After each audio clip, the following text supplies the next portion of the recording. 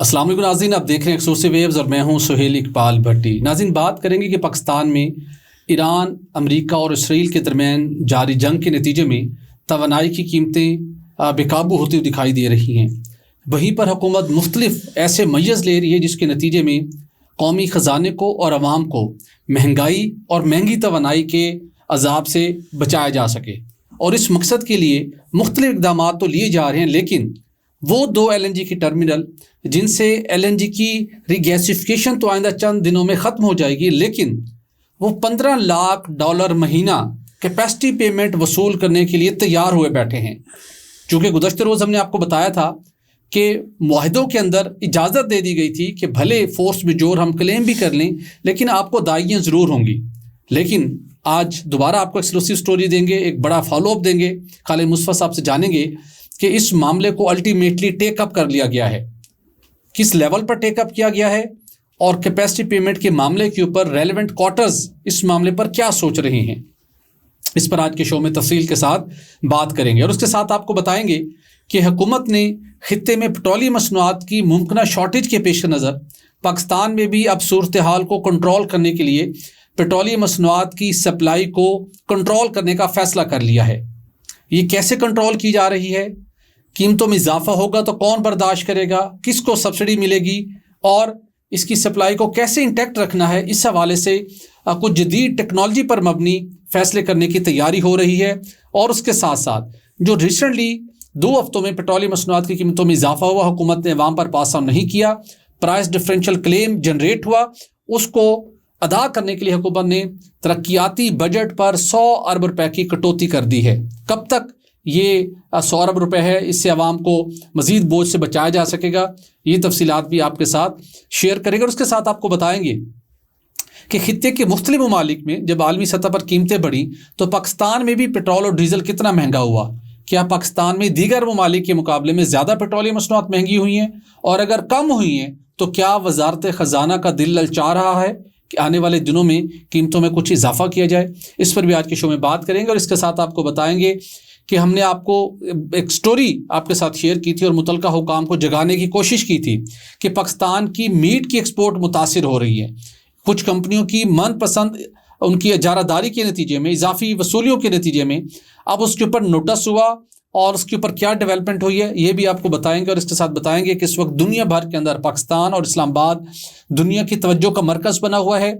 ایک بڑا ڈائلاگ کا راؤنڈ سٹارٹ ہونے جا رہا ہے خطے میں۔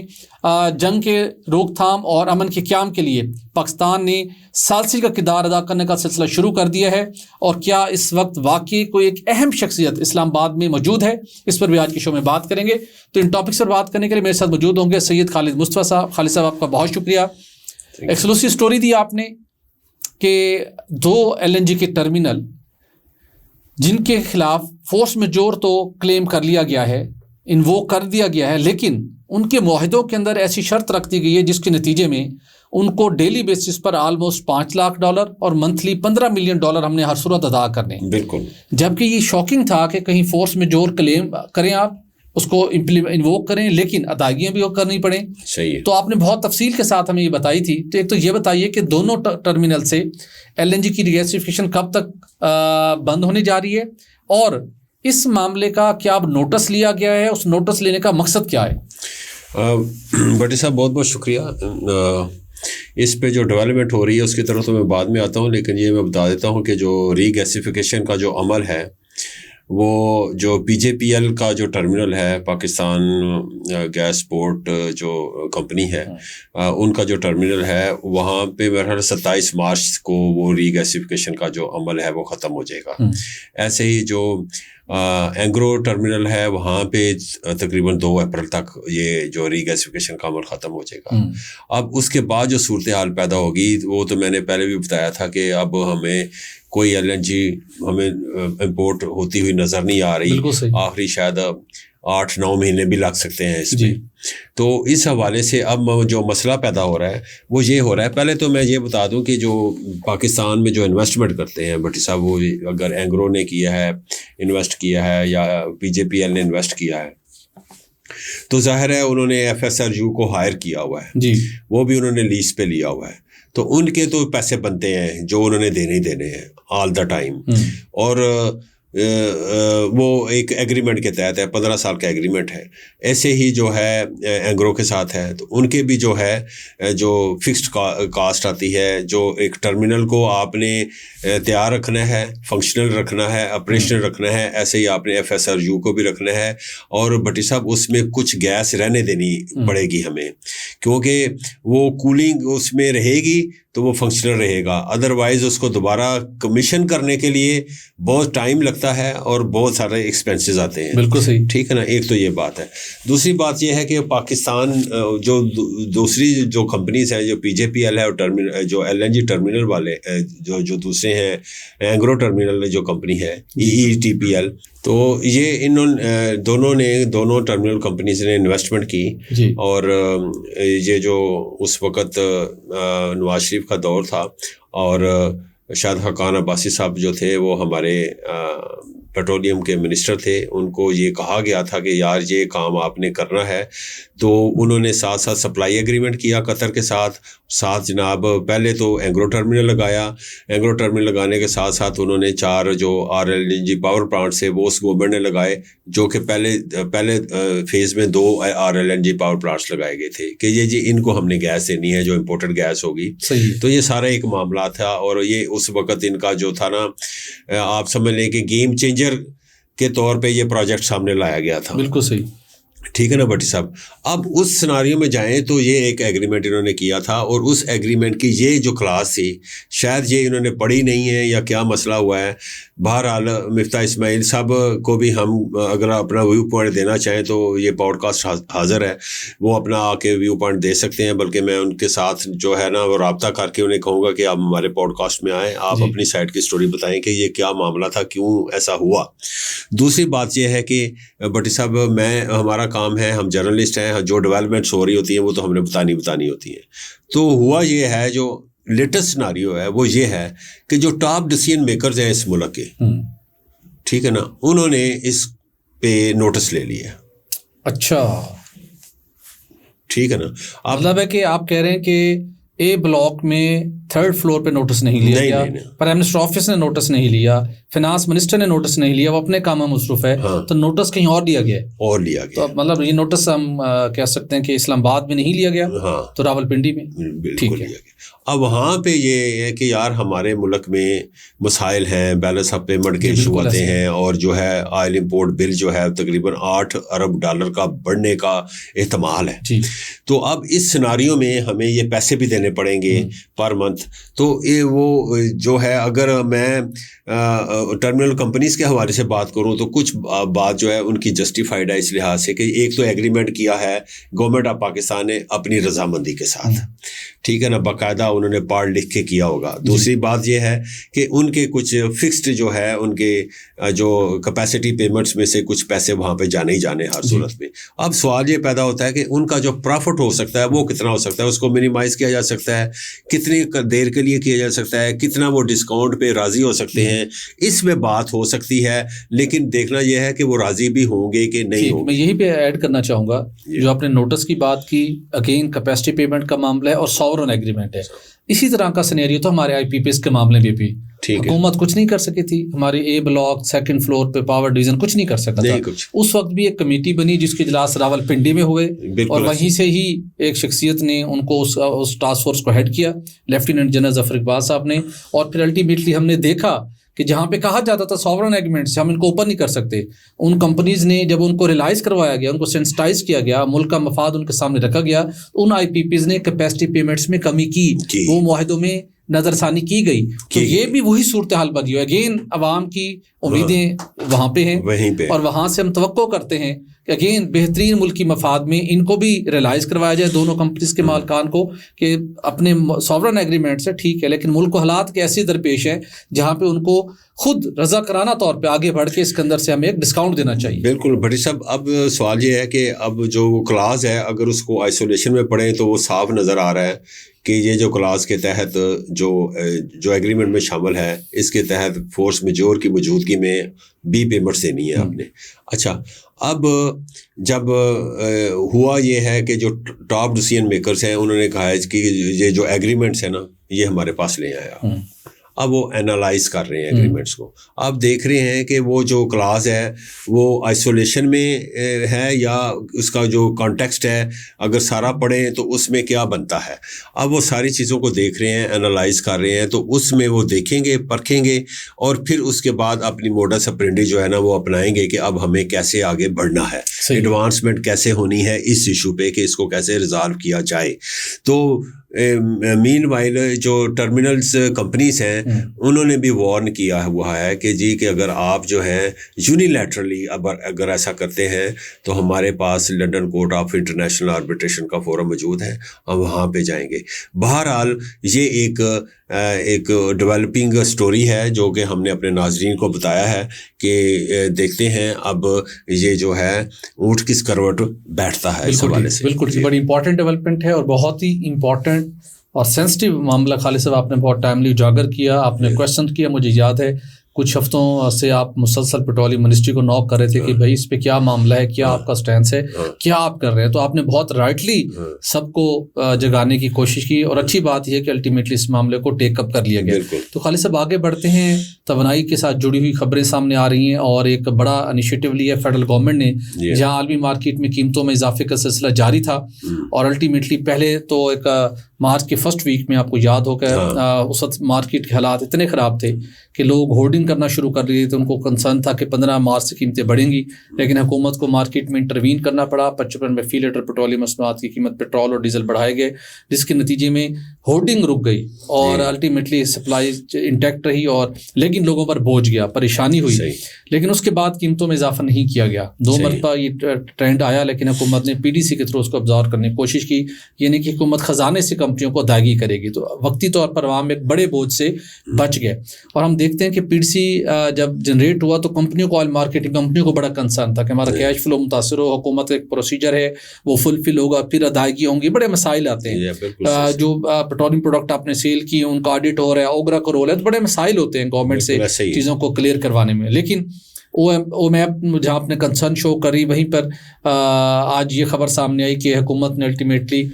وفاقی ترقیاتی بجٹ سے 100 ارب روپے کی کٹوتی کر دی, تاکہ اس کا جو پرائس ڈفرینشیل کریم ہے اس کی ادائیگی کی جا سکے. اور ہم دیکھتے ہیں کہ ایک بڑا انیشیٹو ہے,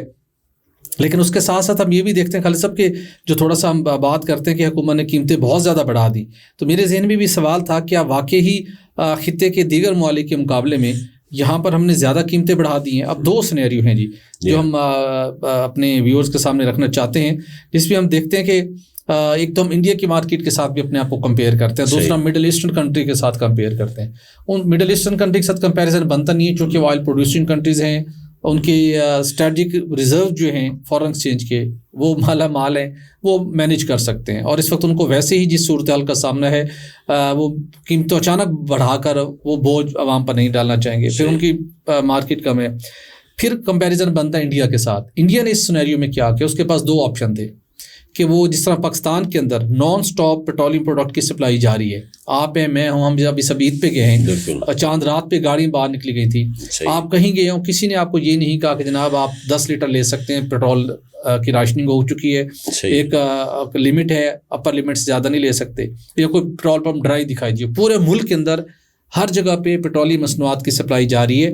6 مارچ کو سینیریو اس وقت بنا تھا کہ لوگ ہولڈنگ مصنوعی ذخیرہ اندوزی شروع ہو کر لی تھی, مصنوعی قلت پیدا کرنا شروع کی گئی تھی قیمت کے لالچ میں. لیکن اس کے بعد تک اب تک حکومت نے سپلائی چین کو سٹوریج اور جو اضافی ہم نے پروڈکٹ امپورٹ کی کروڈ آئل اور پیٹرولیم مصنوعات, تو ہمارا سسٹم چل رہا ہے. انڈیا نے کیا کیا, انڈیا کی بھی بڑی مارکیٹ ہے, انڈیا اس آپشن کو اڈاپٹ پک نہیں کیا. اس نے اپنی امپورٹ کو کم کر دیا. امپورٹ کو کم کرنے کے بعد اس نے اپنے اسٹوریج سے, اسٹریٹجک ریزرو سے جو